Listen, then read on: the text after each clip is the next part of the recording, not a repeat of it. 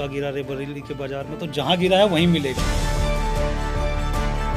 तो direct selling में हमने खोया है, और डायरेक्ट सेलिंग से ही सारे सपने पूरे।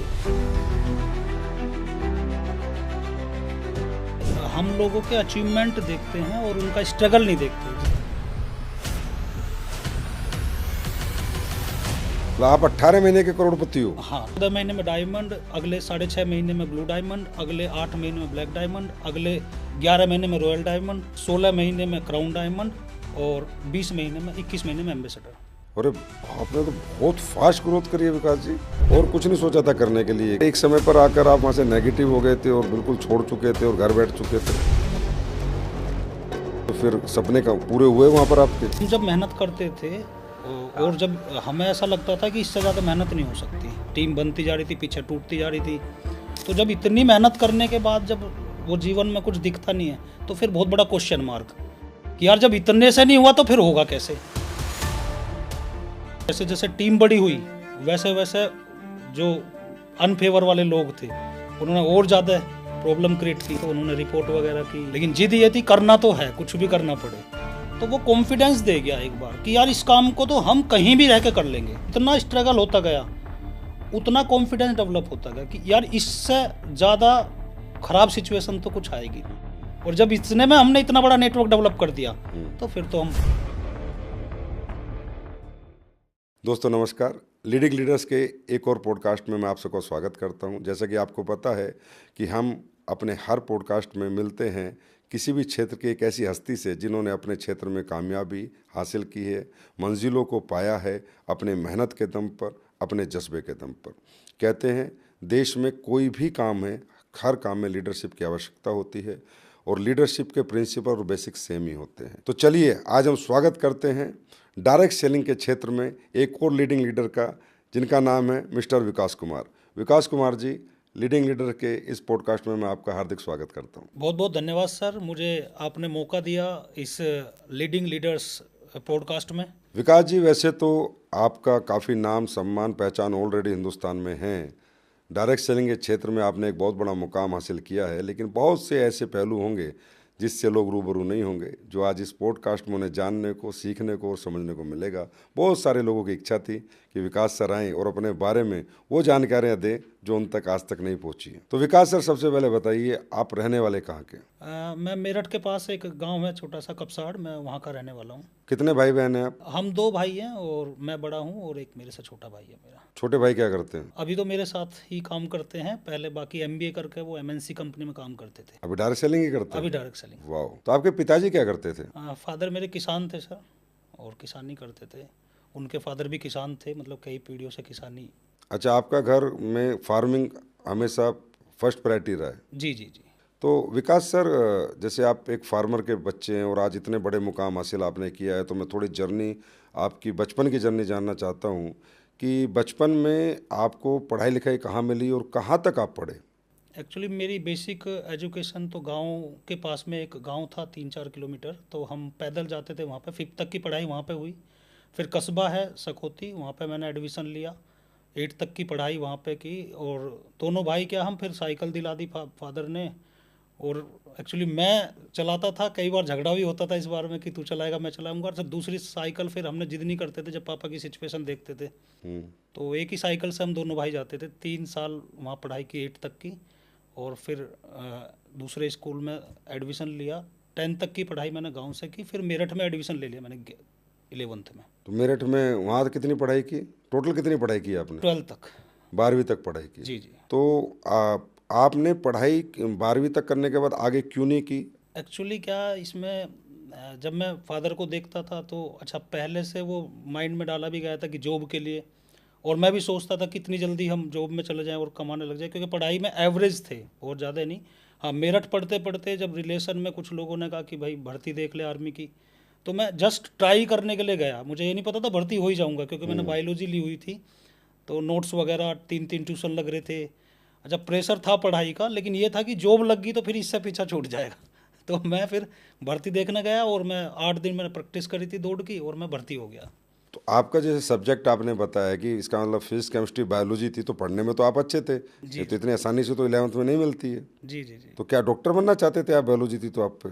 एक्चुअली क्या, बस डॉक्टर क्या, वो एक मेरी ताऊ जी की बेटी थी, वो बीएससी कर रही थी बायोलॉजी से, तो उन्होंने ही पापा को फोर्स किया कि आप विकास का एडमिशन यहाँ दिला दो।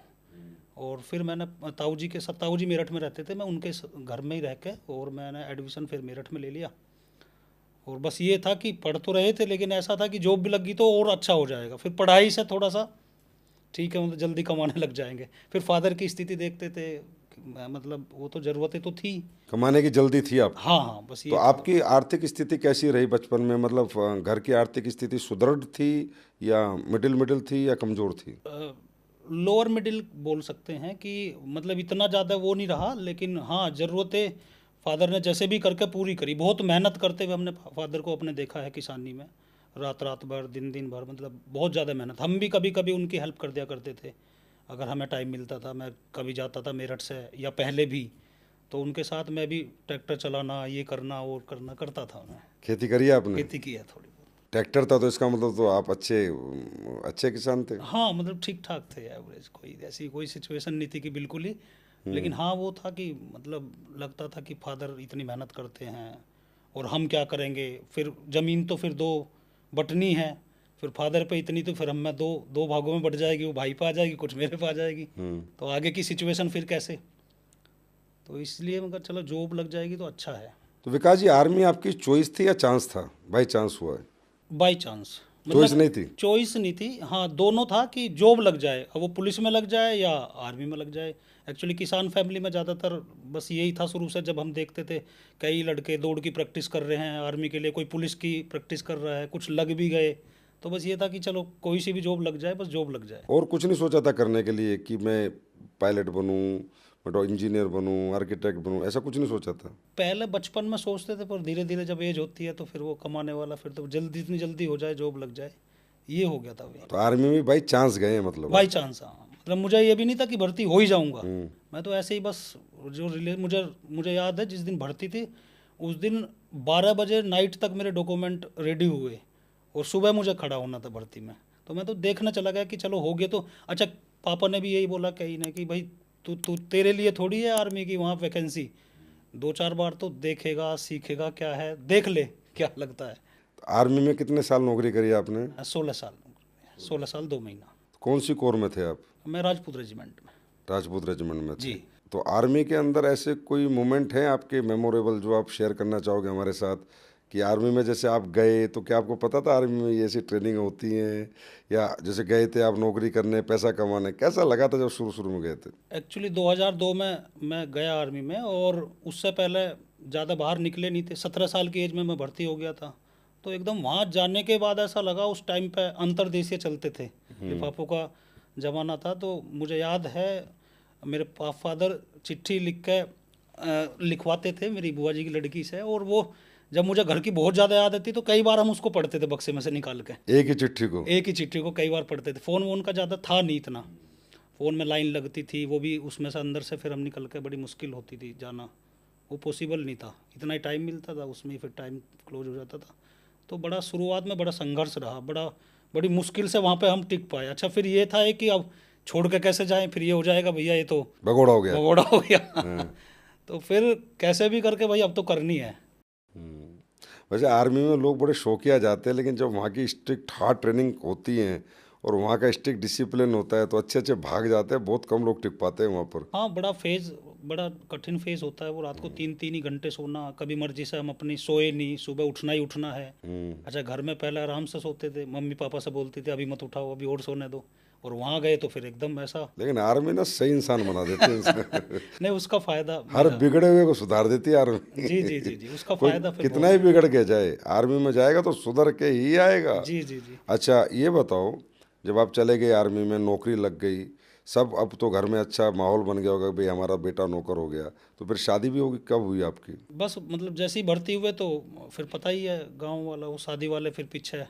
तो कितनी कई जगह ट्राई बात चली। अच्छा ज़्यादा देर लग जाती तो फिर ये हो जाता कि पता नहीं इनको क्या चाहिए, शादी क्यों नहीं होती। 3 साल बाद फिर मेरी शादी हो गई थी, 5 में शादी हो गई थी। 20-21 साल की उम्र में आपकी शादी हो 21 गई? साल में शादी बहुत कम उम्र में शादी हो गई ना। हाँ 17 में भर्ती हुआ, 21 में शादी हो गई। आर्मी वालों की जल्दी होती है, आजकल के बच्चे तो 25-26 साल में शादी कर रहे हैं। वो गवर्नमेंट जॉब का रहता है ना क्रेज, की हर आदमी को सरकारी नौकरी वाला चाहिए, तो इस वजह से। तो आर्मी में कहाँ पोस्टिंग रही आपकी? मैं पहली फर्स्ट पोस्टिंग ट्रेनिंग करी फतेहगढ़ फरुखाबाद के पास में। और फिर पहली पोस्टिंग हमारी जम्मू हुई, लेकिन यूनिट आ ही रही थी जम्मू से, तो मैं फाजिलका रहा पंजाब में, अहमदाबाद रहा, फिर लेह में भी रहा मैं कुछ दिन। लेह में रहे? हाँ, लेह में। लेह का कोई एक्सपीरियंस बताओ, कैसी ठंड होती है वहाँ, कितनी ठंड होती है? मतलब मैं 8 महीने रहा, और मेरा वहाँ का बड़ा ज़बरदस्त एक्सपीरियंस रहा कि वहाँ तो बाहर निकलते नहीं थे, बर्फ़ पड़ती थी परमानेंट। मुझे याद है टमाटर वो ऐसा हो जाता है जैसा, मतलब मार दो तो टमाटर नहीं फूट सकता, सर फूट जाए, अच्छा। इतनी माइनस में था। कारगिल के पास में है जगह वो, और एशिया की दूसरे नंबर की सबसे सर्दी वाला एरिया है वो। कितने टेम्परेचर होता है वहाँ पर? वहाँ पे एक बोर्ड लगा हुआ था, रिकॉर्ड टेम्परेचर वहाँ पे 95 गया, बाकी 45-50 तो रहता है। -45? -45। तो कैसे ड्यूटी करते हैं वहाँ पर लोग? कैसे आर्मी का सोल्जर वहाँ ड्यूटी करता है? कैसे आप लोग मतलब बंद कमरे में ही रहते हो या बाहर भी रहते हो? ज़्यादा बाहर वाला सीन नहीं था वो। एक वो पोस्ट बनी हुई थी पक्की, उसमें वो सिगड़ी लगी हुई थी, पूरी रात वो जलती थी। 2-2 3-3 सॉक्स पहन के, वो बड़े स्नो वाले बूट पहन के। मुझे याद है 1 महीना मैं नहाया नहीं था। 1 महीना एक में? एक महीना लोग नहाते नहीं थे वहाँ पे, मतलब फौजी। तो 1 महीने बाद कैसे नहाते थे? बर्फ़ तोड़ के और उसमें गर्म करके, और फिर उससे फिर नहाते थे। ऑक्सीजन भी कहते हैं बहुत कम हो जाती है वहाँ पर? हाँ, वो क्लाइमेट के लिए फिर वो करते हैं, 4 दिन ट्रांजिट कैंप में रोकते हैं। अच्छा। और मुझे याद है कि जब ये एक रास्ता वो था जो सोनामार्ग से जाते थे लेह में, और जब वो बर्फ़ पड़ती थी तो फिर वो बाई एयर स्टार्ट हो जाता था, मतलब लेह ट्रांजिट कैंप में आके चंडीगढ़। तो मैं जब गया तो हैप्पो भी मुझे वहाँ पे हुआ। एक हैको और हैप्पो 2 बीमारी होती है। अच्छा, वो क्या होती हैं? क्लाइमेट सूट नहीं होता तो मतलब छाती में पानी भर जाता है। ओ। तो वो बड़ी सिचुएशन, उसकी फिर कोर्ट ऑफ इंक्वायरी चली क्यों हुआ। वो बड़ा रियर केस होते हैं, मतलब जल्दी होता नहीं है कि आते काम तो नहीं करा दिया, क्योंकि कई दिन क्लाइमेट सूट के लिए रखते हैं। 8 महीने आपने वो मतलब वो जगह रहे हो जहाँ पर रहना एक मनुष्य के लिए तकरीबन तकरीबन असंभव है। जी। आर्मी वाले कैसे रहते हैं तो ये तो आर्मी वालों का जज्बा ही बता सकता है। कमाल की मतलब आर्मी वालों के अंदर ज़ील है कि विदाउट ऑक्सीजन -45 डिग्री में रहना और ड्यूटी देना। तो वहाँ खाने को भी बताते हैं, मतलब वो फूड क्या मिलता है? सारा कुछ स्पेशल, एक्चुअली वहाँ स्पेशल स्केल होती है आर्मी की। तो वहाँ पर टमाटर भी डब्बे में जाएगा। स्पेशल राशन ही मिलता है सारा। भूख भाग लगती है वहाँ? नहीं लगती? भूख कम लगती है वहाँ, खाने के लिए ज़्यादा होता है, भूख कम लगती है ना? हाँ। भूख कम लगती होगी। हाँ नहीं, हमारा एक्सपीरियंस नहीं रहा, ऊपर वाले की दया से वहाँ का। जी। पर जिनका रहा उनसे पूछने में थोड़ा इंटरेस्ट आता है। तो उसके बाद ले के बाद और कहीं कहीं पोस्टिंग भी रही? नहीं, फिर मैं एक्चुअली क्या कबड्डी टीम में था जब फाजिल का यहाँ पे, तो फिर सेंटर पोस्टिंग आ गई मेरी, क्योंकि मेरे चोट लग गई थी घुटने में और मेरा ऑपरेट करना पड़ा घुटने को। फिर कंप्यूटर कोर्स किया मैंने वहीं पे, और मैं रिकॉर्ड ऑफिस में पोस्टिंग चला गया था सेंटर में। सेंटर कहाँ है आपका? फतेहगढ़ फरुखाबाद। अच्छा, ये फतेहगढ़ फर्रुखाबाद, हाँ, यूपी? यूपी। अच्छा, सेंटर में चले गए। तो आप कबड्डी भी खेलते थे? हाँ, कबड्डी टीम में था। किस पोजीशन तक गए हैं कबड्डी में आप? एक्चुअली बटालियन टीम में ही था, और अच्छा। तभी ब्लॉक लगा तो मतलब मुझे पता भी नहीं चला जब चोट लगी। जब लास्ट सब शाम को गया मैं फ्रेश होने, तो मुझे लगा कि घुटना फोल्ड ही नहीं हुआ, मतलब एक झटका लगा, अंधेरा हो गया उस टाइम। तो तब से चोट लगी। फिर 1-2 साल चलाया भी ऐसे ही कि ऑपरेट ना करना पड़े। लास्ट में ज़्यादा प्रॉब्लम हुई तो फिर मेरा ऑपरेट करना पड़ा इस घुटने को। एक आर्मी का जवान डायरेक्ट सेलिंग में कैसे आया? ये बड़ी इंटरेस्टेड है, मतलब तभी मुझे वो वाक़या याद है कि जब चोट लगी तो बड़ा बुरा लगा, क्योंकि कई लोग बोलते हैं कि अब जॉब कैसे होगी, कैटेगरी वो चोट लग गई। लेकिन उस टाइम पर मुझे भी फील होता था कि बड़ा मुश्किल है, क्योंकि मुझे था बड़ा, जब एक बार ढल गया आर्मी में तो फिर बड़े मन से। और चोट लगने के बाद ऐसा लगा कि यार चोट लग गई। लेकिन जब सेंटर गए, क्योंकि सेंटर नहीं होता, सेंटर में नहीं जाता तो शायद डायरेक्ट सेलिंग में मैं नहीं होता। अच्छा। तो आज मैं जब सोचता हूँ तो जो भी कुछ होता है अच्छे के लिए होता है। अच्छा, जब घट रहा होता है तब तो लगता है बुरा। हाँ, तो बताओ, थोड़ा सा स्टोरी बताओ। हाँ, तो फिर मैं सेंटर में गया तो वहाँ पे चोट लगने की वजह से आप सेंटर में भेज दिए सेंटर गए। में गया मैं तो 2011 में एक सीओ साहब के ऑपरेटर थे, सुशील कुमार। उन्होंने मुझे ऐसे ही बताया, बिजनेस नहीं बताया उन्होंने, कि भाई एक कोट पैंट 2 साड़ी आ जाएंगी, तो तेरे लिए कोट पैंट, भाभी के लिए साड़ी, और एक बिजनेस मिल जाएगा। मैंने घर में डिस्कस करा तो घर से बोला ठीक है, तो अच्छा है। और तब मैं ज्वाइन हो गया।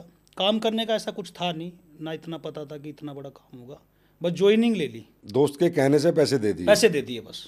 समझा समझा कुछ नहीं? अच्छा, पैसे भी दिए, और पैसे दे के वो फोरम के पैसे दिए। और जैसे ही मैंने वापस आके बताया एक अपने दोस्त को जो मेरे साथ कंप्यूटर पे बैठता था, उसने कहा तू कहाँ चक्कर में पड़ गया। हाँ, तो हमने कहा यार अब तो दे दिए मैंने पैसे, वो छोटा सा अमाउंट था, 350 रुपये उस टाइम होता था। तो बोला एक काम करते हैं, 10:30 बजे टी ब्रेक होगा तो उसको बुला और वापस लाते हैं पैसे। तो हमने फ़ोन किया कि यार टी ब्रेक होगा सर, मिलना आपसे। तो मैं गया उसके पास, मैं सर वो आपने तो नहीं दिए पैसे? बोला वो तो चले गए। तो मैं कहा चले गए, मैं कहा सर फिर और मत देना, और मैं भी नहीं दूंगा, और ये फालतू के काम है, मैंने बताया था इससे, और ये कह रहा कि मैं तो बहुत दिन से जानता हूँ, ये सब कुछ होता नहीं है। तो लेकिन वो जो दो जिसने मुझे कराया था, वो उसने बड़े कॉन्फिडेंस से कहा भाई तू कर या ना कर मैं करूंगा, इतना कहा। तो दोस्त था, मैं कहा ठीक है यार ले एटीएम और मेरा भी कर देना, जो होगा देखा जाएगा। कुछ नहीं पता, कुछ नहीं पता। खासकर आर्मी में ऐसी होता है, इतना नहीं पता होता, जी वो जी। दोस्ती में दे देते। हाँ फिर हाँ। उसके बाद एक्चुअली छुट्टी आया मैं, और वहाँ पे मेरठ में सेमिनार चलता था, बड़ी गैदरिंग हजारों लोगों की। वहाँ जाने के बाद जब मैं अचीवर को सुना, भीड़ देखी वहाँ पे, तब मुझे लगा कि यार ये तो दम तो है इस काम में, और अगर ऐसी ज़िंदगी हो सकती है तो फिर करना चाहिए। तो मैं जब छुट्टी गया तो मेरे अपलाइन काम कर रहे थे, तो मैंने उनको बोला कि सर मुझे काम सिखाओ और अब इसको करेंगे हम मन से। मेरठ की गैदरिंग देखने के बाद, उससे पहले तो बस पैसे दिए बस और बस हाँ, प्रोडक्ट लिया, ठीक है दोस्त ने कहा तो भाई बस ज्वाइन हो बस गया। बस बस। क्या जर्नी है उसके बाद? अच्छा, मुझे आप अपलाइन नहीं चैलेंज कर दिया कि देख भाई विकास, तू जहाँ है वहाँ पे कुछ भी नहीं हुआ 2 महीने में, और दूसरा एक बंदा देखो इतना बढ़िया काम कर दिया। तो मैंने कहा ठीक है सर आप काम सिखाओ। और मैं सुबह 6 बजे, एक्चुअली लाइन मेंबर था, बच्चे उस टाइम रखने रखे थे फौज में, 6 बजे अपलाइन के घर पहुंचा था संडे को। उनका ब्रेकफास्ट भाई मेरा आप बनवाना, मैं वहीं करूँगा, और मुझे काम सिखाओ। तो 3-4 संडे में मैंने पूरा प्रॉपर काम सीखा। उसका बेनिफिट बहुत मिला, क्योंकि फिर पोस्टिंग आ गई अपलाइन की, तो सारी रिस्पॉन्सिबिलिटी मेरे कंधों पे आ गई। फिर आपने काम किया? फिर काम किया, और वो कॉन्फिडेंस आता चला गया फिर। तो आर्मी में रहते रहते कैसे करते थे? वैसे भी लाइन मेंबर थे, फैमिली मेंबर, तो फिर भी थोड़ा बहुत निकल के कट मार लेते हैं, आपने कैसे काम बड़ा किया? ये बड़ी दिक्कतें हुई शुरुआत में जब स्टार्टिंग की, तो क्योंकि आपको पता ही है कि लाइन से बड़ा मुश्किल है काम करना, मैनेज करना। अच्छा, कुछ लोग फेवर में होते हैं, लेकिन कुछ लोग अनफेवर में भी होते अनफेवर में भी होते हैं। तो उन्होंने रिपोर्ट वगैरह की, फिर मैंने कहा यार फैमिली रखनी पड़ेगी।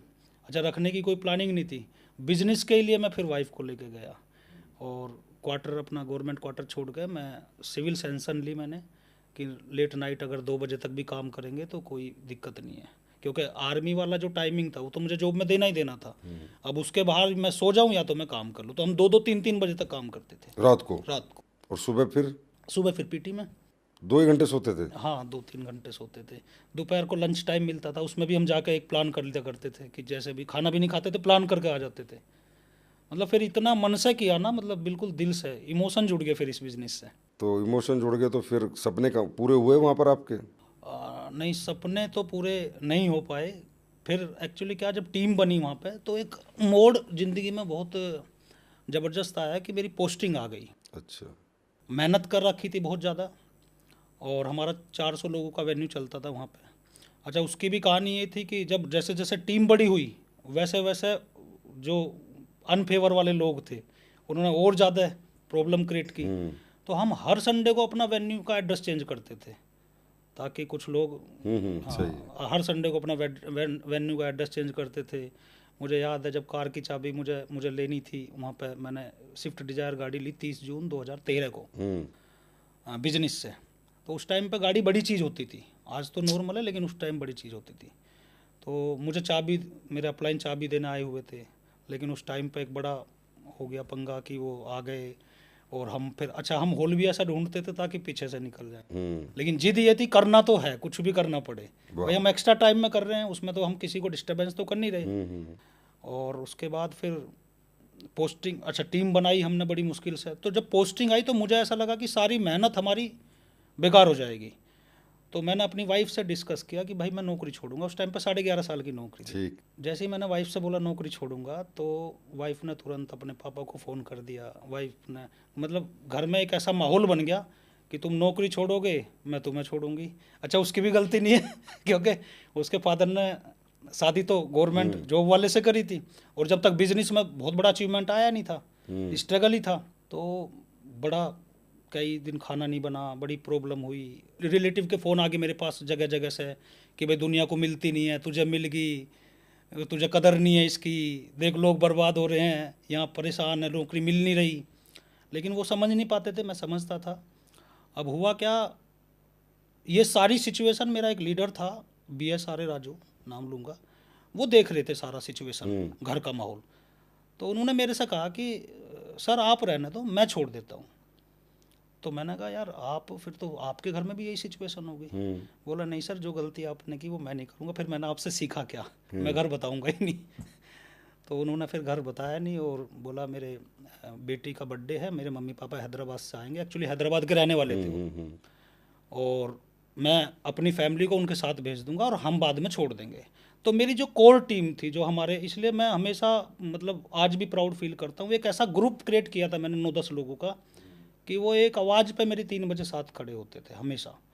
तो हमने प्लानिंग कर ली, बर्थडे में गए हम, उनने घर भेजा, हमने रात को उनके क्वार्टर में, गवर्नमेंट क्वार्टर में रहते थे वो, और गाड़ी लगाई, पूरा सामान भरा, और हम सिविल में बाहर राजू सर को शिफ्ट कर दिया, उनके दोनों नंबर स्विच ऑफ करके। और सुबह फिर पेशी, बोला कहाँ है राजू, हमें क्या पता कहाँ है राजू। ये बड़ा एक मतलब याद आता यार है। वाह, रियली बड़ी, मतलब आपके तो स्टोरी में बड़ा वो कहते हैं ड्रामा है, सस्पेंस है। सबसे पहली बात कि भाई आपने सोच लिया कि मैं नौकरी छोड़ दूँ 11:30 में, आप नहीं छोड़ पाए, तो आपके डाउनलाइन ने कहा सर आप छोड़ो मैं छोड़ देता हूँ। हाँ, एक को छोड़नी थी, एक को तो छोड़नी थी। अभी अगर वो नहीं छोड़ते तो मैं छोड़ता, चाहे वो घर मुझे कितना ही विरोध करे उसमें, अगर वो डिसीजन नहीं होता तो फिर मेरा होता ना। मतलब डायरेक्ट सेलिंग नहीं छोड़नी हाँ, थी। डायरेक्ट सेलिंग नहीं, ये तो जीत थी बिल्कुल, कि डायरेक्ट सेलिंग तो छोड़नी नहीं, चाहे हो जाए कुछ, चाहे एक आदमी को छोड़नी पड़े, चाहे दोनों को छोड़नी पड़े, चाहे पर डायरेक्ट सेलिंग नहीं डायरेक्ट छोड़नी। सेलिंग नहीं छोड़नी। वाह क्या जज्बा था, मतलब इतने इम्प्रेस हो चुके थे आप लोग इस डायरेक्ट सेलिंग से, और इतना भविष्य आपको दिख रहा था कि यहाँ पर हम बहुत बड़ा कुछ कर सकते हैं। जी जी जी। इसलिए तो इतना बड़ा डिसीजन लेने की हिम्मत करी किसी ने। हाँ हाँ, एक्चुअली वो जो स्ट्रगल रहा ना शुरू का, विदाउट अपलाइन के, तो वो कॉन्फिडेंस दे गया एक बार कि यार इस काम को तो हम कहीं भी रह के कर लेंगे। जब इस, अच्छा, जितना स्ट्रगल होता गया उतना कॉन्फिडेंस डेवलप होता गया कि यार इससे ज़्यादा खराब सिचुएशन तो कुछ आएगी नहीं। और जब इतने में हमने इतना बड़ा नेटवर्क डेवलप कर दिया, तो फिर तो हम, कितना नेटवर्क था आपका वहाँ? 8,500 लोगों का लास्ट नेटवर्क मेरा बना था वहाँ पर हाँ जी। कितना पैसा कमा लिया था वहाँ? 15-16 लाख रुपए आए थे, एक्चुअल बैलेंस था नहीं, 15-16 लाख रुपए आए थे। अच्छा कमाया था, पर वो आपके लिए तो बड़ी बात थी ना कि हाँ, बहुत बड़ी बात। नौकरी से तो आप पेंशन आते तो इतने पैसे आते। जी जी जी। उतने और उस पैसे आ टाइम पे गए। सैलरी भी कम ही हुआ करती थी, ज़्यादा सैलरी होती नहीं थी। तो फिर मैंने सुना है कि फिर एक समय पर आकर आप वहाँ से नेगेटिव हो गए थे और बिल्कुल छोड़ चुके थे और घर बैठ चुके थे। वो कब हुआ और क्यों हुआ? एक्चुअली जब इतना सारा हम जब मेहनत करते थे, और जब हमें ऐसा लगता था कि इससे ज़्यादा मेहनत नहीं हो सकती, तो जब इतनी मेहनत करने के बाद जब वो जीवन में कुछ दिखता नहीं है, तो फिर बहुत बड़ा क्वेश्चन मार्क कि यार जब इतने से नहीं हुआ तो फिर होगा कैसे। और 2016 के आसपास में थोड़ा सा नेगेटिविटी आने लगी, होता हुआ दिख नहीं रहा था, टीम बनती जा रही थी, पीछे टूटती जा रही थी। दूसरा जो राजू सर जॉब छोड़ी थी, वो भी फिर वेन्यू वहाँ पे भी गड़बड़ हुआ। फिर सर ने मूव किया जॉब के लिए कि मैं अब जॉब ढूंढ लूँ 15,000 रुपये की, और मैं उस टाइम पे जॉब कर रहा था। तो बहुत सारी सिचुएशन, अब कई बार ऐसा लगता था यार इतना बड़ा कैरियर लगा दिया, सर का भी लग गया, हमारा भी लग गया, लेकिन रिजल्ट बहुत बड़ा आया नहीं जिस चीज़ के लिए आए थे। तो वहाँ पे फिर एक बार निगेटिविटी आई डायरेक्ट सेलिंग से कि शायद, और मैं ऑप्शन ढूंढने लगा। फिर मैंने लास्ट में फिर रीसेटलमेंट कोर्स किया आर्मी में कि चल भाई कहीं बैंक बुंक में जॉब लग जाएगी। मतलब फिर आपका डायरेक्ट सेलिंग से मन हट गया? मन हट गया, रिवॉल्वर का लाइसेंस मैंने बनवा लिया कि कहीं नहीं लगेगी तो चलो एक कहीं ना कहीं तो जॉब, तो एक ऑप्शन मतलब तलाशना शुरू कर दिया। डर लगने लगा डर लगने लगा, कि कामयाबी आएगी नहीं आएगी। हाँ बहुत ज़्यादा। तो फिर ये जब ये सब समीकरण रहे, तो जो आपके दूसरे जो जिन्होंने मित्र थे जिन्होंने नौकरी छोड़ी थी, उनका बिजनेस चल रहा था या वो कर रहे थे? नहीं, एक्चुअली क्या, मैं अम्बाला पोस्टेड था, और वो धीरे धीरे धीरे धीरे डाउन होता चला गया उनका बिजनेस। और क्योंकि वहाँ पे कुछ था प्रोडक्ट को लेके इशू, और हमें पता नहीं चला क्योंकि हम डायरेक्ट सेलिंग पढ़ के नहीं आए थे, हमें तो जो सिखाया हमने वैसे ही जोर लगाया। तो लास्ट में मुझे ही किसी का फ़ोन आया कि भाई राजू छोड़ के चला गया। तो सर चले गए अपने घर हैदराबाद। तो दोबारा जो मेरे पुराने अपलाइन थे, जब उन्होंने स्टार्ट कर दिया तब उन्होंने मुझे कॉल किया और मैं मना करता रहा। तो विकास जी, जब आपके मेन डाउनलाइन जो नौकरी छोड़ी वो हैदराबाद चले गए, आपने काम छोड़ दिया था और आप भी नया काम ढूंढने लगे, रिवॉल्वर का लाइसेंस बनाया, रीसेटलमेंट कर लूँ, बैंक में लग जाऊँ, फिर दोबारा डायरेक्ट सेलिंग में कैसे आए? वो बोला जाता है और मैं आज इसको फील करता हूँ, क्योंकि हमने मेहनत इस कदर की थी कि मेरे जो अपलाइन थे उनको शायद ऐसा लगता होगा, और उन्होंने मेरे से कई बार बोला भी, अभी भी बोलते हैं, यार मुझे ऐसा लगता था कि यार विदाउट बड़ी इनकम के इतना ज़्यादा स्ट्रगल अगर किया है इस इंसान ने, तो अगर यहाँ आ जाएगा तो बहुत बड़ी इनकम, क्योंकि यहाँ तो इनकम आ रही है, तो फाड़ देगा फिर।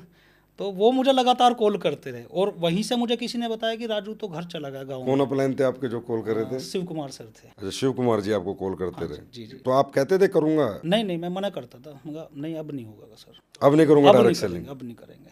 तो उन्होंने कहा यार विकास जी, हमारे ऊपर डिसीजन लिया था, राजू सर ने जॉब छोड़ दी। अच्छा, उनका फ़ोन उठाते नहीं थे राजू सर, बहुत ज़्यादा वो भी नेगेटिव हुए, गवर्नमेंट जॉब छूट गई।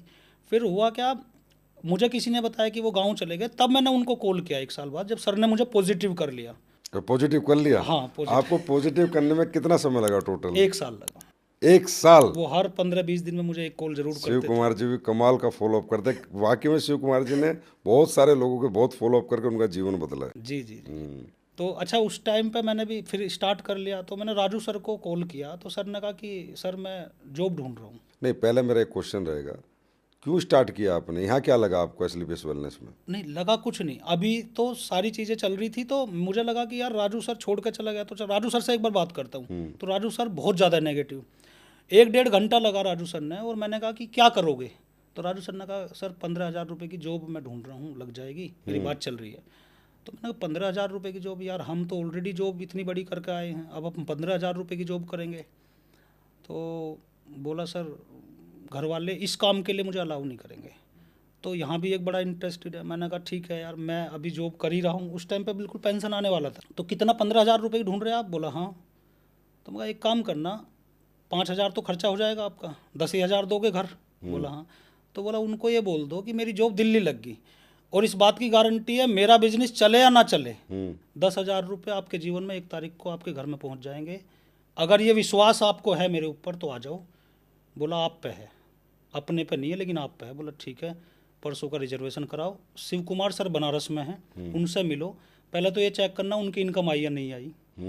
चेक करना? हाँ, चेक करना। और गाड़ी ओडी ले ली थी सर ने, वो उन्हीं के नाम से है या किसी और के नाम से? अच्छा, अभी डाउट में हो आप? इतने मतलब इतने ज़्यादा वो रहा ना स्ट्रगल, तो इतने ज़्यादा नेगेटिव थे। तो गाड़ी चेक करना, तो राजू सर ने तीसरे दिन का रिजर्वेशन कराया, बनारस पहुंचे, तो मुझे अपडेट कर ही रहे थे लगातार, मैं कनेक्टिविटी में था। बोला मिल गए सर। अच्छा, शाम को फिर बैठे होंगे तो बाद में मुझे कॉल किया, बोला सर 11 महीने में 97 लाख रुपए सर को आए थे इस कंपनी से। तो बोला हाँ, पे आउट तो है 97 लाख का। गाड़ी? बोला गाड़ी भी सर के नाम से ही है। तो बोला अब क्या करूं? मगर यार आप पुराने लोगों से जाओ, एक बार मिलो जो हमारे साथ थे। लेकिन किसी ने साथ नहीं दिया पुराने लोगों ने, क्योंकि छवि एक ऐसी होगी लीडर की, बेचारा, और जब बेचारा हो जाता लीडर तो फिर कोई साथ देता नहीं है। तो फिर मैंने उनको कानपुर शिफ्ट किया, और वहाँ से नए सिरे से हमने टीम डेवलप करी, नए सिरे से टीम बनानी शुरू की। पुरानी टीम नहीं है? पुरानी टीम बाद में जब अचीवमेंट आया तब आई। अच्छा, पुरानी आ गए लेकिन बात? हाँ, सब आ गए अभी तो। अब सब आ गए? हाँ, एक दो तो अभी भी आ रहा है। अच्छा। अचीवमेंट के पीछे लोग आते हैं, सही बात है, रिस्क लेना कैरियर का, फ्यूचर का सवाल होता है। अच्छी बात है कि लोग बिना जाने और बिना प्रॉपर समझे रिस्क नहीं लिया उन्होंने, सही बात है। उन्होंने जब देखा कि भाई रियली में यहाँ ग्रोथ है, एक अच्छा सिस्टम इन लोगों को मिला है, अच्छी कंपनी मिली है, और तभी आना चाहिए था। लेकिन अब आए तो पॉजिटिव होकर आए होंगे, अच्छा काम कर नहीं, अब मुझे मतलब इस बात की सेटिस्फेक्शन है और इस बात की संतुष्टि है कि जितने लोगों ने मेरा वहाँ पे स्ट्रगल किया था, बहुत सारे साथ दिया था रात दिन, आज सारे अचीवर हैं, सारे अचीवर, बढ़िया अचीवर हैं। राजू सर भी ओडी मेंटेन कर रहे हैं, मतलब कहाँ एक टाइम खाने का, और आज इतना बड़ा, सारे अचीवर हैं। अब मैं एक बात बोलता हूँ कि एक बात बोली जाती है, झुमका गिरा रे बरेली के बाजार में, तो जहाँ गिरा है वहीं मिलेगा। तो डायरेक्ट सेलिंग में हमने खोया है, और डायरेक्ट सेलिंग से ही शायद वो सारे अचीवमेंट हमारे, फिर सारे सपने पूरे हुए हैं। तो विकास सर, जैसे पुराने कंपनी में आप टूट चुके थे, आप बता रहे हो हार चुके थे, तो यहाँ आके फिर वो ऊर्जा, वो जज्बा कैसे लाए अपने अंदर? एक्चुअली वो स्टार्ट कर दिया, लेकिन एक डर तो था कि कहीं ऐसा ना हो जाए जैसा पहले हुआ है, तो फुल फोर्स लग नहीं रहा था। मुझे याद है मैं पेंशन आके, तो मुझे 13.5-14 लाख रुपए मिले थे पेंशन, जो फंड वंड होता है हमारा इकट्ठा। तो मैं लोअर टी शर्ट पहनता था और प्लॉट देखने निकल जाता था। अब कंडीशन ये होती थी कई बार, क्योंकि लाइफ तो हमने, बड़े सपने तो बड़े थे, तो जहाँ हम प्लॉट देखते थे वो पैसा अलाउड करता नहीं था, उतने पैसे थे नहीं। और जहाँ पसंद आता था वो मतलब जहाँ पसंद आता था वहाँ पे पैसे नहीं थे, और जहाँ पैसे थे वहाँ पसंद नहीं आता था। तो बड़ा फिर एक ट्रेनिंग थी। और आपको याद होगा एलएलटी हुई थी 2018 में, जून मई जून का टाइम था, बनारस में आप गए थे। मैं गया। हाँ, तो उस एलएलटी में जब मैं बैठा ना तो वो सारी चीज़ें मुझे फिर रिमाइंड होगी जो पहले स्ट्रगल था। और फिर आप हैं, फिर वहाँ से मुझे लगा कि यार अब शुरू करता हूँ। अच्छा, फिर और पॉजिटिव मेरे साथ क्या हुआ, मैंने अमित सर जो मेरे यहाँ अप्लाई ने डायरेक्ट, उनसे पूछा कि मुझे एयरपोर्ट जाना है, तो आपकी फ़्लाइट थी, तो सर ने कहा कि यार सर जा रहे हैं और आप पीछे गाड़ी में बैठ जाना। अब मैं गाड़ी में बैठ गया पीछे, तो वहाँ कुछ बात करी तो आपने मुझे पहचान लिया, पूछ लिया भाषा से, लैंग्वेज से कि यार भाई कहाँ का है, तो मैंने कहा मेरठ का। तो फिर गाड़ी में बात हुई, फिर हम एयरपोर्ट पे 1 घंटे का डिफरेंस था फ्लाइट का, आपकी पहले थी मेरी बाद में थी। तो वहाँ पे मैंने सारी आपको स्टोरी थोड़ी सी अपने बारे में बताया, तो आपने एक चीज़ बोला था मेरे से और मुझे हमेशा याद आता है कि भाई विकास देख, जो काम किया तूने उसे तो जीरो कर देना, उसे तो भूल जाना और नए सिरे से स्टार्ट कर। ये वादा है एसएलपीएस वेलनेस में पेंशन का एटीएम भी अपनी वाइफ को दे देना, तुझे ज़रूरत नहीं पड़ेगी। और रियल मेरे साथ ऐसा हुआ। और फिर मैं वहाँ से आने के बाद सब की चीज़ साइड, और फिर मैंने फोर्स लगाना शुरू करा। और जैसे ही फोर्स लगाना शुरू करा तो पुरानी चीज़ें सारी याददाश्त आती गई, मेहनत तो की थी और फिर अचीवमेंट की लाइन लगी। अच्छा, वाइफ को एटीएम दे दिया होगा तो सुरक्षित होगी हाँ, ना? वो भी सेफ हो कि वो गई। पहली बार बेचारी रिस्क जोन से आई है। हाँ पहला डर और फिक्र उसमें है कि पति नौकरी छोड़ रहा था, इधर बिजनेस ही खत्म हो गया, बर्बाद हो जाते। हाँ, और उस टाइम भी वाइफ ने लगातार कि आपने रिसेटलमेंट कोर्स किया कंप्यूटर से, आप बैंक का फार्म भर दो, ये भर दो। अच्छा, यहाँ एसएलपीएस में आने के बाद भी? जब आया था, जब बिल्कुल आ ही रहा था, उसके बाद फिर तो अचीवमेंट आता गया। अच्छा, भाई ने भी बीच में कि वो एमएनसी में जॉब करता था यहाँ नोएडा, तो उसने कहा कि भैया मेरी कंपनी में एक बढ़िया वैकेंसी है सिक्योरिटी सुपरवाइजर की, बस थोड़ी इंग्लिश ठीक कर लेना अपनी और बस लेक्चर देना 1 घंटा डेली सुबह और 60,000 रुपये सैलरी आपको मिल जाएगी। तो ये अच्छा ऑफर है एक फौजी के लिए, लेकिन सपने मेरे बड़े थे। मैं कहा यार नौकरी कर ली एक, अब नौकरी तो करेंगे नहीं, कुछ अपना बिजनेस करेंगे। जब तक एसएलपीएस का भी कुछ था नहीं। तो उसके बाद 2 महीने फिर मैं जब आया वहाँ से बनारस से ट्रेनिंग लेकर, तो फोर्स जब लगा मेरा, उसके बाद तो फिर जीवन तुरंत चेंज, मतलब 14 महीने में मैं डायमंड बन गया था यहाँ पे। कितने महीने में? 14 महीने में सिर्फ 14 महीने में? 14 महीने में। वाह! ब्लू डायमंड कितने में बने? अगले 6 महीने में। मतलब आप 18 महीने के करोड़पति हो हाँ, एसएलपीएस में? 14 महीने में डायमंड, अगले 6.5 महीने में ब्लू डायमंड, अगले 8 महीने में ब्लैक डायमंड, अगले 11 महीने में रॉयल डायमंड, अगले 16 महीने में क्राउन डायमंड और 21 महीने में एम्बेसडर। अरे बाप ने तो बहुत फास्ट ग्रोथ करी है विकास जी, रॉकेट की तरह।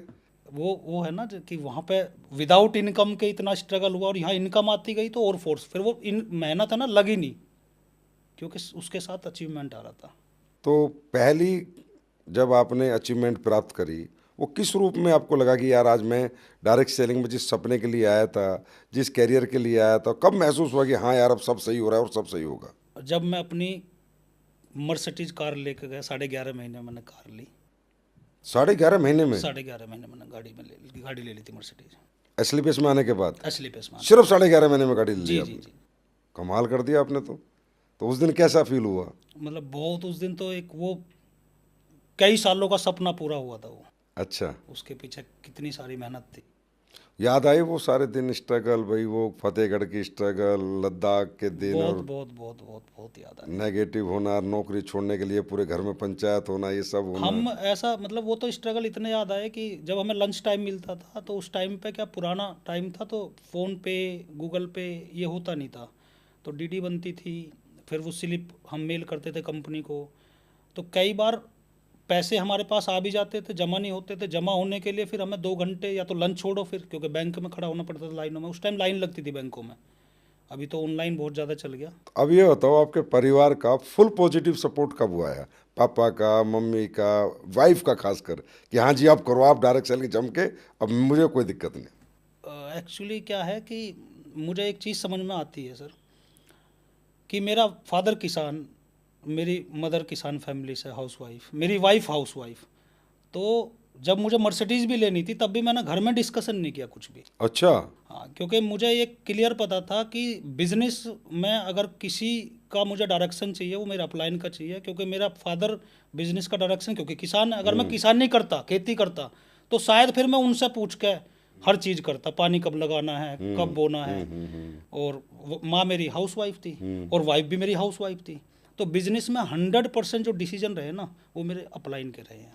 नहीं, वो फेवर में कहा है, मैं ये पूछना चाह रहा हूँ। फेवर में वो आ चुके हैं, अभी भी नहीं आए? नहीं, अब तो आ गए। हैं? अब तो या पूरे फेवर में, अब तो पापा बड़े प्राउड फील करते हैं। अच्छा। बड़ा प्राउड फील। अभी मैं लास्ट में होली पे 1-2 घंटे के लिए घर पे गया था, तो मम्मी बोल रही कि भैया विकास, पापा तेरा नाम लेते रहते हैं, मुझे कौन गाड़ी में घुमाता, मैं तो बसों में धक्के खाता। अच्छा। हाँ, तो अभी कोई काम होता तो मैं ड्राइवर को भेजता हूँ, पापा कुछ भी करना होता तो वो मतलब लगता है कि इस दिन के लिए हमने शायद और डायरेक्शन। वाइफ? वाइफ भी पॉजिटिव है।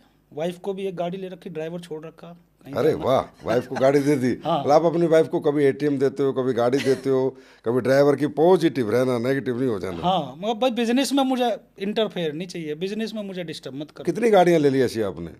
मैंने लाइक टोटल अगर मिलाऊं तो 6 गाड़ी ली मैंने यहाँ से। कितनी? 6। 6 गाड़ियों का फ्लीट है आपका भी? जी जी। तो कुछ दिन पहले मैं अनुज शर्मा जी से मिला था, तो उनसे पूछ रहा था, उनका भी बड़ा फ्लीट है मुझे लगता है। उसके बाद फ्लीट आप ही का सबसे बड़ा है। 6 गाड़ी बस। लास्ट गाड़ी अभी ली है BMW एक्सन, वो तो ऐसे ही ले ली मजे मजे में। मेरे से कोई पूछता है कि भाई सर आपने BMW क्यों ले ली जब आप पे ऑलरेडी इतनी बड़ी कार थी, तो मगर मैं गया शोरूम में किसी से बात करने के लिए, मुझे फीचर्स समझ में आए और इसी एक दिन के लिए काम किया था। कोई भी गाड़ी ले लो। कभी भी ले लो कुछ भी। एक पहले तो आप एक फौजी, फिर एक डायरेक्ट सेलर, और फिर ये आपकी इंस्पिरेशनल जर्नी कि आज आप चलते चलते गाड़ी उठा लेते हो, वो भी BMW, मर्सिडीज जैसी। ये देश के लिए, यूथ के लिए बहुत बड़ा एग्जाम्पल है कि डायरेक्ट सेलिंग में कितना पोटेंशियल है, और डायरेक्ट सेलिंग एक व्यक्ति को कहाँ से कहाँ पहुँचा सकते हैं। कितनी गाड़ियाँ अभी आपके पास? अभी मेरे पास लगभग 4 गाड़ी हैं। 4 गाड़ियाँ हैं। 4। 4 गाड़ी पहली पुरानी वो 10 साल हो गए, वो तो वो पुरानी थी। हाँ। पहली वाली। 4 गाड़ी मेंटेन करते हो? हाँ, 4 गाड़ी। ड्राइवर कितने हैं? ड्राइवर एक PA है, एक ड्राइवर है। अरे वाह। तो PA ड्राइवर भी कर लेता है, बाकी एक प्रॉपर ड्राइवर है। अच्छा, मतलब दो, एक तरह से दो हाँ। ड्राइवर का स्टाफ और पीए भी बना रखा है। हाँ। क्या बात है, क्या बात है। डायरेक्ट सेलर आज क्या लग्जरी लाइफ जी रहा है। तो पूरे गांव गांव में पूरे में सम्मान उम्मान होता होगा, चारों तरफ ही लोग जानते होंगे। हाँ हाँ, अब तो जानते हैं। कई बार ऐसा मुझे बताते हैं, जैसे कहीं अगर कोई प्लान देता है और मैं फिर बाद में उससे मिलता हूँ, तो वो बताता है कि मैंने फ़ोन किया था आपके गांव में कि ये सही है क्या, ऐसा कोई है विकास कोई गांव से, तो वहाँ से फिर पॉजिटिव। मैं कहा यार तू चल ठीक है, लेकिन जब अचीवमेंट आता है तो कुछ लोग फेवर में होते हैं, कुछ अनफेवर में होते हैं। अच्छा तूने फेवर वाले के पास कॉल किया। अनफेवर में कर लिया तो शायद पता नहीं क्या बताता। हाँ, और कुछ भी बता, तेरी ज़िंदगी ख़राब होती ना, हम तो बन गए, लेकिन तुझे वो बरगला देता कुछ भी। अब जो है वो है। घर लिया? हाँ, घर बहुत शानदार। मैंने लगभग आज कीमत 5.5-6 करोड़ की होगी। अच्छा। हाँ, 6 करोड़ का घर है हाँ, आपका? प्लॉट लेके प्रॉपर बढ़िया घर बनाया। उसमें स्विमिंग पूल भी था जब बनाया था, अभी तो बंद करवा दिया। थोड़ा सा मेंटेनेंस ज़्यादा था, और नहीं तो सारा कुछ, सारी फैसिलिटी। सपनों का घर बनाया हो। सपनों का घर, बिल्कुल। सपने पूरे हो रहे हैं विकास जी के, ये जी कह जी सकते हैं। जी सर। तो विकास सर, बहुत सारी बातें मैंने आपसे पर्सनल पूछी और आपने बिल्कुल खुल के जवाब दिए, बिल्कुल हंसते हुए सारी अपनी जर्नी बताई। अब मैं कुछ ऐसी चीज़ें आपसे जानना चाहता हूँ, बातें जानना चाहता हूँ, जिससे आप का एक्सपीरियंस और इतनी मेहनत करके जो अचीवमेंट आपने प्राप्त की है, तो बहुत एक्सपीरियंस भी आपको हुआ होगा, जिससे कि एक डायरेक्ट सेलर को जानने को मिले कि विकास सर जैसा बनना है तो उसे क्या करना होगा। तो पहला मेरा इसमें सवाल ये है कि आपने देखा होगा बहुत सारे लोग डायरेक्ट सेलिंग में आते हैं, बहुत सारे, मैं इनकमिंग बहुत ज़्यादा है पर अचीवर बहुत कम है। और कुछ लोग मतलब कुछ पैसा भी कमा लेते हैं, कुछ रैंक भी 2 4 5 रैंक, कोई 2 रैंक, कोई 4 रैंक, 5 रैंक, इवन 6 रैंक पे भी छोड़ जाते हैं पाने के बावजूद भी, और फिर दोबारा कभी नहीं आते। और जबकि आप तो अचीवर भी बने, अचीवर मतलब बहुत ही कम अचीवर बने, 10-15 लाख कमाए, फिर 1 साल बैठे रहो, फिर दोबारा आके यहाँ इस्टेब्लिश अपने आप को कर लिया। तो इन लोगों को क्या सलाह देंगे आप कि भाई डायरेक्ट सेलिंग में आने के बाद क्या करना चाहिए उन्हें, और ऐसे छोड़ के नहीं जाना चाहिए, ऐसे इतना बड़ा प्लेटफॉर्म जो उन्हें मिला, इतना बड़ा रास्ता, उससे एकदम से भटकना नहीं चाहिए। ये क्यों भटकते, पहले तो आप ये बताइए, और कैसे नहीं भटकेंगे पहले ये बताइए।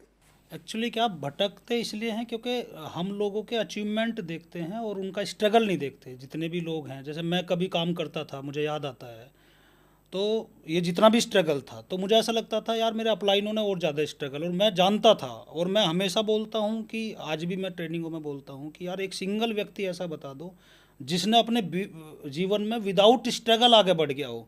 अब पता नहीं उन्हें क्या लगता है कि मैं बिना स्ट्रगल आगे बढ़ जाऊं, वहाँ पे वो गड़बड़ कर देता है, वो शॉर्टकट के चक्कर में पड़ जाता है, कुछ और करने के चक्कर में पड़ जाता है।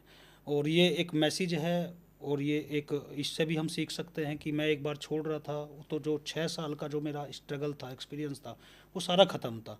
और दोबारा जब मैं डायरेक्ट सेलिंग में आया तो वो जो पूरा 6 साल का वो सारा यहाँ पे काम हो गया, एक एक चीज़ मेरी कामयाब होगी यहाँ पे, क्योंकि अगर वो नहीं होती तो फिर ये इतनी बड़ी टीम लीडिंग नहीं होती। मतलब आप ये कहते हो कि जो यहाँ पर आने के बाद उसे स्ट्रगल करनी है या सेक्रीफाइस करने है, मेहनत का हो, आने जाने का हो, रहने खाने का हो, भाग दौड़ है, जो जज्बा है, कहीं ना कहीं वो इजी वे में चाहते हैं, बस वो उतना देना नहीं चाहते और लेना यहाँ से सब कुछ चाहते आसान तरीके से, मतलब चाहते कि, जबकि आसान तरीके से तो जीवन में कामयाबी बहुत ही कम, और बहुत ही कम क्या मैं बोलूँ, किसी को भी नहीं हैं। मिलती। जी जी जी। उसके लिए कुछ ना कुछ तो गंवाना ही पड़ता है, मेहनत करनी पड़ती है। वो हम बोलते हैं ना कि जब हम पहुंचने वाले होते हैं अपने, तो ऊपर वाला क्या पूरा ठोकता पीट, मतलब दे पूरा छलनी में छानता है पूरा, यार ये अचीवमेंट देने लायक है क्या।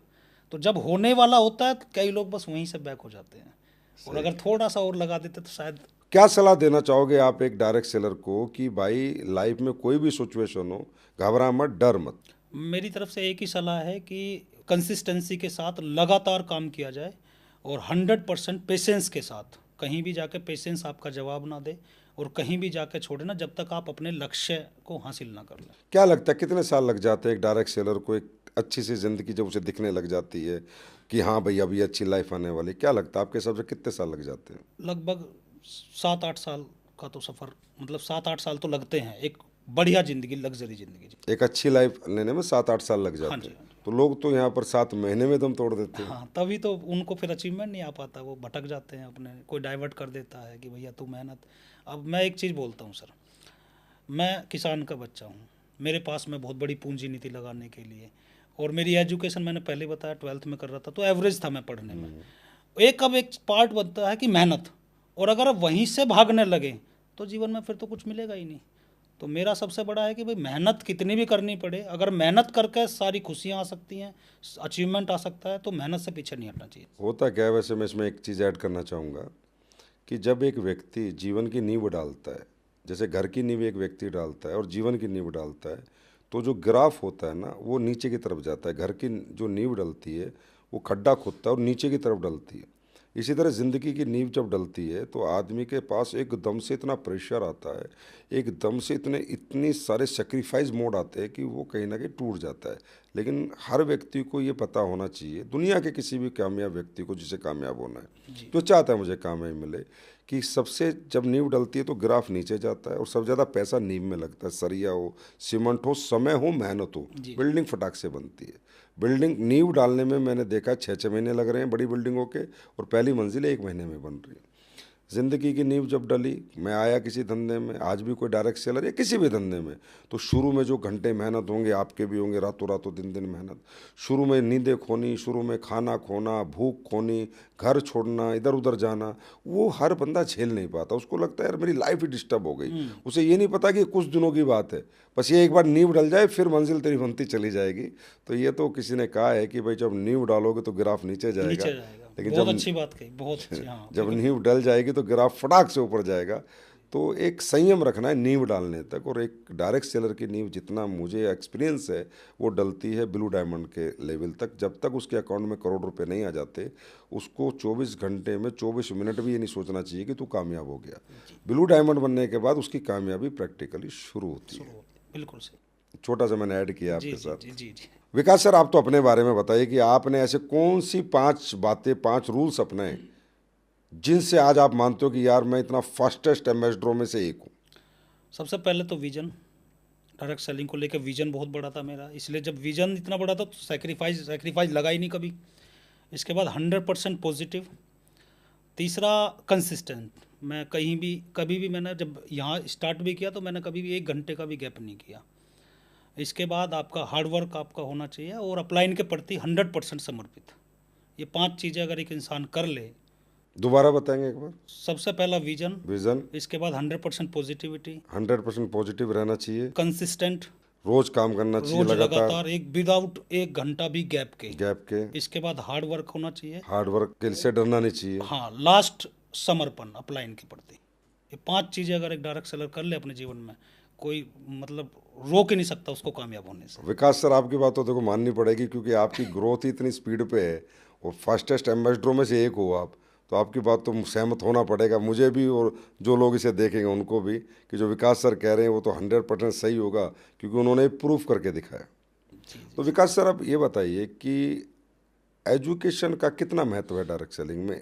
जो हमारा सिस्टम होता है, जो एजुकेशन देता है, उसका महत्व है या ये सिर्फ मोटिवेशन से भी चल जाएगा? नहीं नहीं सर, बहुत बड़ा महत्व है इसका, बहुत बड़ा महत्व है। और कई बार, क्योंकि आज इस लेवल पे होके भी मैं कई बार जब एनालिसिस करता हूँ, जितने भी लोग कामयाब हैं, स्पीड अच्छी है, किसी की स्पीड नहीं है, तो जब मैं पाता हूँ तो जो लीडर सिस्टमेटिक है, 100% एजुकेशन को फोकस करता है, 100% सिस्टम को फोकस करता है, उसकी ग्रोथ, जो अनसिस्टमेटिक इंसान है उसकी ग्रोथ में धरती आसमान का फर्क है। अच्छा। हाँ, कई लोग फेल भी हुए, और मैं जब फिर उसकी जर्नी देखता हूँ, यार ये काम कैसे करता था, इसका तरीका क्या था।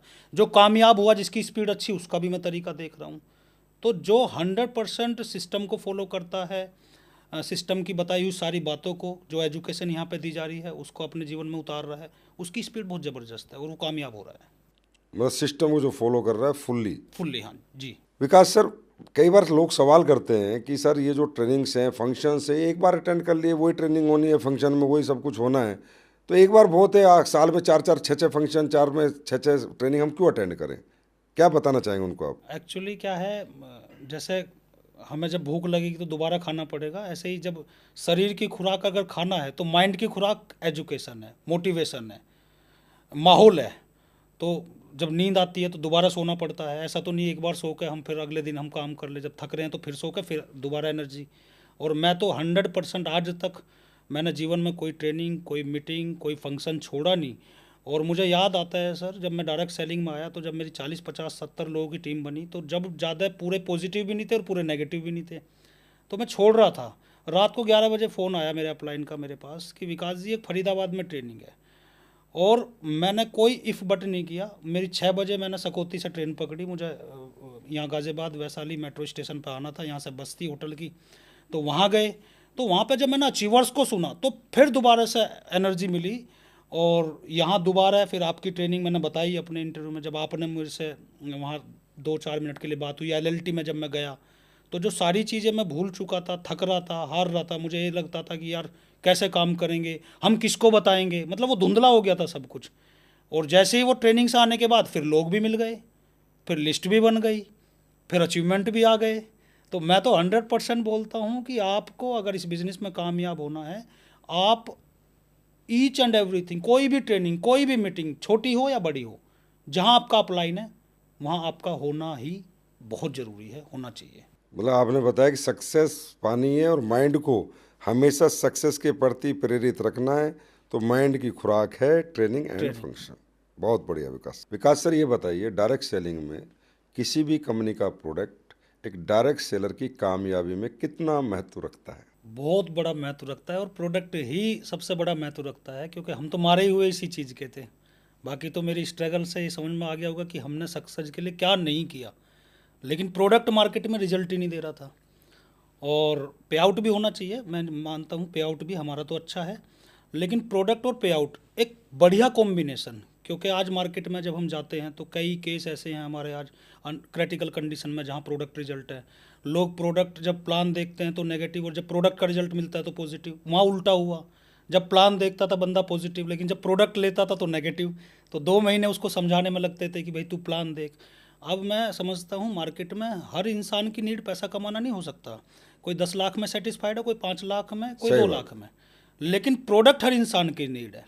तो वहाँ ये 100% हमारा फुलफिल हुआ यहाँ पे, और इसीलिए इतनी बड़ी ग्रोथ मेरी जीवन में आई, क्योंकि प्रोडक्ट का अल्टीमेट रिजल्ट है हमारे। आप ये मानते हो कि प्रोडक्ट का सबसे महत्वपूर्ण महत्व है एक डायरेक्ट सेलर की कामयाबी? जी जी जी, राइट। बहुत बड़ा। ये बिल्कुल सही कह रहे हो। बिना प्रोडक्ट के अगर कंज्यूमर सेटिस्फेक्शन नहीं है, वैसे भी हमारी इंडस्ट्री को ये कहा गया है कि मैन टू मैन इंडस्ट्री, एक आदमी दूसरे को बताए, रेफरेंस दे। रेफरेंस, हाँ। तो मैं तो ये कहूँगा भैया, अगर प्रोडक्ट आपने गलत दिया और आपके रिजल्ट नहीं आया, अच्छा प्रोडक्ट नहीं है, तो आपके रेफरेंस तो नेगेटिव गए ना मार्केट में। जी जी जी। पॉजिटिव रेफरेंस कब जाएगा? जब अच्छा प्रोडक्ट होगा, अच्छा बंदे को प्रोडक्ट। अच्छा लगेगा, तब बताएगा अरे भाई उस कंपनी का प्रोडक्ट ले लो। डायरेक्ट सेलिंग कोई करे ना करे, पर प्रोडक्ट से हर आदमी संतुष्ट होना चाहिए। हर कंपनी को ऐसा प्रोडक्ट बनाने की बिल्कुल कोशिश करनी चाहिए। बिल्कुल बिल्कुल। बिल्कुल सही। एक और महत्वपूर्ण बात आपसे पूछना चाहूँगा, आप एक बड़े प्रतिष्ठित रैंक पे, एम्बेसडर पे, क्या डायरेक्ट सेलिंग के प्रोडक्ट का यूज़र एक डायरेक्ट सेलर को होना चाहिए? 100% होना चाहिए, क्योंकि वो मैच हो जाता है पॉजिटिविटी इंटरनल। एक आप बनावटी बोलो और एक आप अंदर से बोलो। जब आपने 100% प्रोडक्ट यूज़ किया है और उसका रिजल्ट लिया है, तो आप बिल्कुल टेबल ठोक के बोल सकते हो कि भाई मैंने यूज किया और तू भी कर। मतलब ज़बरदस्ती भी दे दोगे उसको अगर आपने यूज किया। और अगर आपने यूज नहीं किया तो फिर बनावटी बोल रहे हो आप। तो ज़रूर 100% पहले खुद को ही होना चाहिए। मैं कई प्रोडक्ट यूज करता हूँ, मेरे बैग में भी अभी भी सीता के सेक भी पड़ा होगा, तुलसी भी पड़ी होगी, डेंटोडोक हमेशा रहता है। तो कई प्रोडक्ट मैं हमेशा कैरी करके चलता हूँ। और सबको होना चाहिए, जितने भी लोग काम कर रहे हैं उनको सबसे पहले क्या यूज़ फ़ायदा करना। होगा इससे? इससे मतलब एक अंदर से पॉजिटिव आवाज़ निकलेगी, क्योंकि मैंने रिजल्ट ले लिया, मैं यूज़ कर रहा हूँ डेली प्रोडक्ट को। दूसरा, जब हम लोगों के बीच में जाएंगे तो प्रोडक्ट हम बोला अच्छा सर भी यूज़ कर रहे हैं, तो लोग ऑलरेडी इसको फिर यूज़ करेंगे। मतलब हर व्यक्ति को अपनी कंपनी के प्रोडक्ट के यूज़र होना हंड्रेड चाहिए। परसेंट हाँ। अब ये बताओ कि जब एक व्यक्ति जाके प्रेजेंटेशन देने जाता है, बिजनेस प्रेजेंटेशन या प्रोडक्ट के प्रेजेंटेशन दिखाने जाता है कि भाई मैं ये बिजनेस कर रहा हूँ और इन प्रोडक्ट के साथ कर रहा हूँ, तो उसको प्रोडक्ट साथ में रखना ज़रूरी है या वो सिर्फ अपना प्रेजेंटेशन फोल्डर लेके जा सकता है? नहीं, बहुत ज़रूरी है अगर प्रोडक्ट हो तो, क्योंकि इंडिया में हमारा जो कल्चर है, इसात दे इसात ले। अगर प्रोडक्ट आपके पास होगा तो उस टाइम पे डिमांड क्रिएट हो जाएगी, क्योंकि हर घर में कुछ ना कुछ प्रॉब्लम है, कुछ बेसिक प्रोडक्ट हमारे हैं जो डेली नीड के हैं। तो अगर प्रोडक्ट आपके पास है तो आप कुछ ना कुछ प्रोडक्ट तो दे के ही आ जाओगे। तो आपके पास कुछ प्रोडक्ट हमेशा कैरी करके ही चलना चाहिए। अच्छा, प्लान तो हम बेच नहीं सकते। मतलब ऐसा बंदा हमारे साथ जो नया जुड़ता है तो वो सेल्समैन तो है नहीं, उसे पता नहीं क्या बातें करनी है क्या नहीं करनी। जैसे कोई इंश्योरेंस बेचता है तो उसमें एक्स्ट्रा स्किल होती है। कोई मार्केटिंग करता है, कोई अकाउंट खुलवाना हमारे पास आया तो उसके पास कुछ ना कुछ वो ट्रेंड होता है। ट्रेंड हो। लेकिन एक डायरेक्ट सेलर ट्रेंड नहीं होता, लेकिन प्रोडक्ट दिखा के वो दे सकता है कि भैया तेरा ये यूज है, साबुन ले ले, डेंटोडोग ले ले, तुलसी ले ले, ये ले ले, वो ले ले। तो प्रोडक्ट कैरी करके चलेगा तो वो जहाँ भी जाएगा, जिस घर में भी जाएगा, वो 100% कुछ ना कुछ प्रोडक्ट तो देखा आ ही जाएगा। वैसे प्रोडक्ट बेस्ड कंपनी में प्रोडक्ट लेके जाना चाहिए, बिल्कुल आपने सही कहा। इसके और भी कई फ़ायदे होते हैं। हमारे ना, हमने देखा होगा जब हम सब्जी खरीदने जाते हैं तो आम वाला आम काट के खिला देता है, केले वाला अमरूद वाला अमरूद काट के खिला देता है, आम और सेब वाला सेब। तो जब हम थोड़ा सा खाते, बोले यार बड़ा मज़ा, 2 किलो पैक कर दे। तो एक प्रोडक्ट को दिखाना और एक टच एंड फील कराना और साथ में डेमो करना और टेस्ट करना, तो आपकी सक्सेस की और आपकी सेल्स की गारंटी है कि आप हर घर से कोई ना कोई एसपी लेके बिल्कुल बिल्कुल, आओगे ही आओगे। बहुत अच्छी बात है। और ये कई बार हम सोचते हैं कि जब मार्केट में कहता है कि कुछ सैंपल, तो हम एक डायरेक्ट सेलर नहीं उसको ना डेमो दे के दिखाता ना सैंपल। जबकि आपने बहुत अच्छी बात बताई। हाँ, आम वाला अगर हम जाएंगे तो काट के तुरंत, अच्छा वो आम तो खराब ही गया उसका, लेकिन वो रिक्वायरमेंट है, उस बिजनेस की नीड है। तो हमारे बिजनेस में भी अगर हम डेमो करके दिखा दें तो और अच्छा हो सकता है, बहुत करना चाहिए। मैं ये करना कहता हूँ कि हम लोग अपॉर्चुनिटी सेलर नहीं है, हम लोग प्रोडक्ट सेलर है विद अपॉर्चुनिटी। जी जी। कि हमारा प्रोडक्ट अपने आप में ही अपॉर्चुनिटी है। जब हमारा प्रोडक्ट सेल होता चला जाएगा, सेल होता चला जाएगा, तो हमारा हर एक डायरेक्ट सेलर करोड़ों अरबों रुपए अपने आप ही कमा लेगा। हम प्रोडक्ट बेचेंगे, प्रोडक्ट अच्छे बनाएंगे, वो अपने आप अपॉर्चुनिटी खींच के लाएंगे। तो मैं ये कहूँगा आज के इस पॉडकास्ट में कि आपने इतनी शानदार अचीवमेंट प्राप्त की है, और ये आपका भी मानना है और मेरा भी ये पर्सनल मानना है कि प्रोडक्ट के बिना घर से ना निकलें।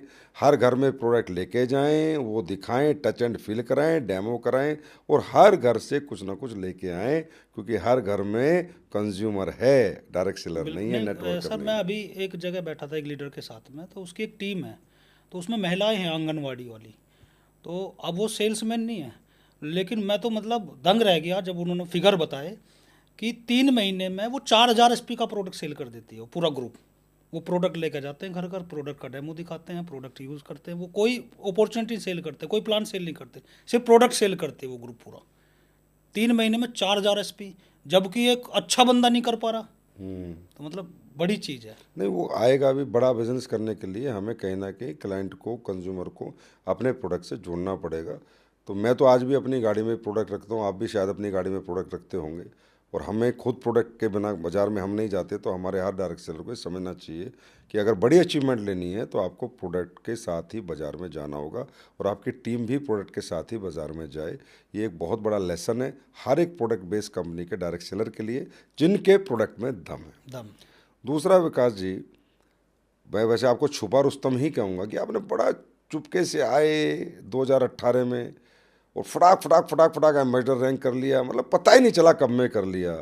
आपकी टीम की आज तक कोई क्रॉस लाइनिंग रिपोर्ट नहीं आती, आपकी टीम में अनडिसिप्लिन कोई रिपोर्ट नहीं आती, मतलब ये पता ही नहीं चल रहा आपकी टीम ऐसे कैसे चल रही है। तो क्या तरीका है आपका कि इतने साइलेंटली आप काम करके इतनी बिगर अचीवमेंट इतने कम समय में प्राप्त कर लेते हो, पता ही नहीं चलता कहाँ टीम चल रही है, कैसे चल रही है, बस फिगर आते ये हो गया ये हो गया। क्या बना रखा है पूरी टीम को आपने? एक्चुअली बस ये ऊपर वाले का कुछ आशीर्वाद समझ लो, या तो फिर मुझे एक चीज़ समझ में आती है शुरू से कि टीम में अगर अच्छे संस्कार दोगे, मतलब जहाँ संस्कार होंगे वहाँ आकार बड़े होंगे, जहाँ संस्कार नहीं होंगे वहाँ आकार कभी बड़े हो नहीं सकते। तो हमेशा मैं खुद ही, जब कोई क्रॉस लाइन का मैं खुद चेक करता हूँ कि भाई तुम अपना करो, मार्केट में बहुत सारे लोग हैं, हम क्यों करें क्रॉस लाइन किसी की, डिस्टर्ब हो, वहाँ भी तो टाइम वेस्ट हो रहा है ना टोटल, और चल नहीं सकता। तो 100% जो कंपनी की गाइडलाइन है, कंपनी के डायरेक्शन है, 100% मैं अपने जीवन में फॉलो करता हूँ। हमेशा हर ट्रेनिंग में मैं ऐड करता हूँ, भाई कुछ गलत मत करना, ये डायरेक्शन है, मैं तुम्हारा साथ बिल्कुल नहीं दूंगा अगर आप इससे अलग जाओगे, मैं तुम्हारे सही में साथ हूँ बस। मतलब आप गलत चीज़ों को अपने लालच के लिए भी एक्सेप्ट नहीं करते? नहीं कर सकता, चाहे कोई भी सिचुएशन हो, कोई भी सिचुएशन हो। आप अपने डिसिप्लिन से समझौता सर नहीं करते? मुझे जब सही करके इतनी बड़ी स्पीड है तो मैं गलत क्यों करूँ? सही बात है। सही बात है, जब मैं इतनी स्पीड पे यहाँ पहुँच गया तो गलत ना करके सही करके, तो गलत चीज़ों से बचना चाहिए। अब विकास सर, ये जो आपकी स्पीड है, इतनी स्पीड पे आप यहाँ तक पहुँचे, ये भी बता दो कि आप कितने दिन घर से बाहर रहते हो और ऐसी स्पीड के लिए एक डायरेक्ट सेलर को कितने दिन घर से बाहर रहना पड़ेगा? लगभग महीने में 28 दिन। 28 दिन आप बाहर रहते हो अभी भी? अभी भी मैं एक्चुअली क्या, जैसे खुद ही जनरेट कर लेता हूँ। जब जब मुझे कहीं लगता है कि यार मेरे 2 दिन, ये 3 दिन फ्री हैं, तो मैं कहीं ऐसे सेंटर पर चला जाऊँगा। अभी मैं सुन रहा था एक, और मैं बड़ा प्रेरित हुआ। हमारे देश के बहुत बड़े व्यक्ति हैं, तो उन्होंने कहा कि यार लीडरशिप क्या है? लीडरशिप है कि हम प्रेशर ना बनाए कि तू कर। अब वो करना तो चाहता है लेकिन वो कर नहीं पा रहा, तो जहाँ कम वहाँ हम, मतलब वहाँ हमें जाना चाहिए। तो मैं ऐसे छोटे छोटे सेंटर पर जाता हूँ जहाँ पे मैं आज भी प्लान फॉलोअप करके सेल निकालता हूँ, और अगर मैं 2 दिन जाता हूँ और मैं 8-10 सेल निकाल के आ जाता हूँ तो उस लीडर को भी कॉन्फिडेंस आ जाता है। दूसरा 100% वो आपका हर जीवन में फॉलोवर रहेगा, वो हमेशा इस चीज़ को मानेगा कि जब मेरी धंधा चल नहीं रहा था, मेरा बिजनेस चल नहीं रहा था, तो सर ने आके मेरा साथ दिया। मतलब अभी भी आप जाके एसपी जनरेट करते हो? जी सर, आज भी छोटे छोटे स्टेशनों पर जाते छोटे हो? छोटे। मैंने एक चीज़ सीखी है जीवन में, जब डॉक्टर अपना जीवन में बेसिक काम नहीं छोड़ता, वकील अपना बेसिक काम नहीं छोड़ता, एक डायरेक्ट सेलर बेसिक क्यों छोड़ देता? जिसने हमें इतना बड़ा बनाया, और अगर आप उसको नहीं छोड़ोगे, आप जीवन में कभी भी गिरोगे नहीं, आप बढ़ते चले जाओगे, बढ़ते चले जाओ, बढ़ते चले तो 28 दिन जैसे आप घर से बाहर रहते हो तो घर से ऑब्जेक्शंस नहीं आते वाइफ के, बच्चों के? ऑब्जेक्शन आते ऑब्जेक्शन आते हैं, और ये बड़ा तालमेल बैठाना बहुत ज़रूरी है। अच्छा। क्योंकि कई बार अब वाइफ बोल देती है, एक टाइम ज़रूरत थी पैसा, लेकिन आज तो पैसा भी आ गया, कि अब क्यों भाग रहे हो आप, और अब थोड़ी काम है आपका, अब तो घूमने के लिए जाते हो। अच्छा, फिर मैं मजाक मजाक में बोल देता हूँ कि भाई हमने काम ही घूमने वाला पकड़ रखा है। अच्छा, तो ऑब्जेक्शन हैंडल हो जाते हैं? हाँ, अब हैंडल हो गए, वो आदत लगने वाली बात है ना, अब उनको आदत है कि भैया। दूसरा फिर मेरा अपने आप में कंपटीशन रहता है, कुछ मेरे को लाइन हमेशा कंपटीशन में रहते हैं, तो मैं साइलेंट होकर, लेकिन मेरा है कोई ना कोई कंपटीटर, और इसलिए मैं भागता हूँ। अच्छा, वैसे मैं एक बात बताऊं, सारे ऑब्जेक्शंस जो है ना, इनका सॉल्यूशन ये होता है, जब यही आपकी वाइफ और बच्चे स्विट्ज़रलैंड घूमने जाएंगे या बहुत अनदर कंट्रीज़ में जाएंगे, और जब ये वो हैपनिंग लाइफ जिएंगे ना, तब कहेंगे यार वेरी गुड, आपने बहुत अच्छा किया। नहीं, अब तो मेरी वाइफ भी अब बोलने लगी, बीच में थोड़ा सा रहा था, लेकिन अब बोलने लगी। बेटी को बोलती है कि पढ़ ले पहले, तू भी अपने पापा के साथ ही लग जाना। अच्छा। नहीं, डायरेक्ट सेलिंग में मैं बता रहा हूँ कि ये स्ट्रगल तब तक रहता है, घरों के ऑब्जेक्शन तब तक रहते हैं क्योंकि हम जी रहे हैं, वो नहीं जी रहे हमारे साथ। जी। लेकिन जिस दिन वो हमारे साथ बाहर घूमेंगे, विदेश यात्राएं करेंगे, 10-20 कंट्री घूम लेंगे ना, जब वो आपसे कहेंगे कि वाह क्या काम करके दिखाया आपने, क्योंकि अभी तक ना उन्हें लगता है कि बस पैसे ही आ रहा है, ज़िंदगी नहीं जी रहे।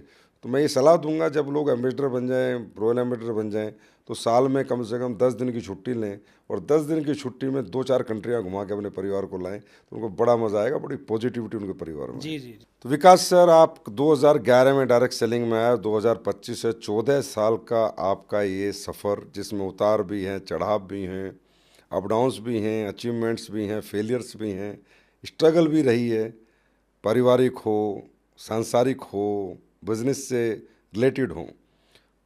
जाते जाते एक संदेश ऐसा डायरेक्ट सेलरों को देके जाएं कि जो आप स्ट्रेटजी बताएं और जो संदेश आपका हो उसको फॉलो करके सब लोग आपकी तरह एम्बेसडर बन जाएं। बहुत सारी बातें हुई गई, बस यही है कि लगातार आप अपने लक्ष्य के प्रति डेली काम करें, और कम से कम जीवन में जब हमने जॉब करी तब भी हम घर से बाहर रहे, तो बिजनेस के लिए घर से बाहर क्यों नहीं रहा जा सकता, क्योंकि जहाँ धंधा वहाँ बंदा, मैंने कहीं सुना है और शायद आपने बोला है कई बार ट्रेनिंगों में, तो वो मैं हमेशा अपने जीवन में फॉलो करता हूँ। और मैं यही संदेश देना चाहूँगा कि जब तक आपका लक्ष्य प्राप्त ना हो, जब तक आप उस तक ना पहुँच जाए, जब तक पागलपन की हद तक उस पर काम करने की ज़रूरत है, मेहनत करने की ज़रूरत है, पैशनेट रहे, पैशनेट रहें, रुके ना, थके ना। हाँ बस। तो बहुत मज़ा आया विकास सर आज आपके साथ बात करके, और अनसुने वो पहलू हमें जानने को मिले, और ये पॉडकास्ट जितने भी लोग देखेंगे उन्हें भी जानने को मिलेंगे।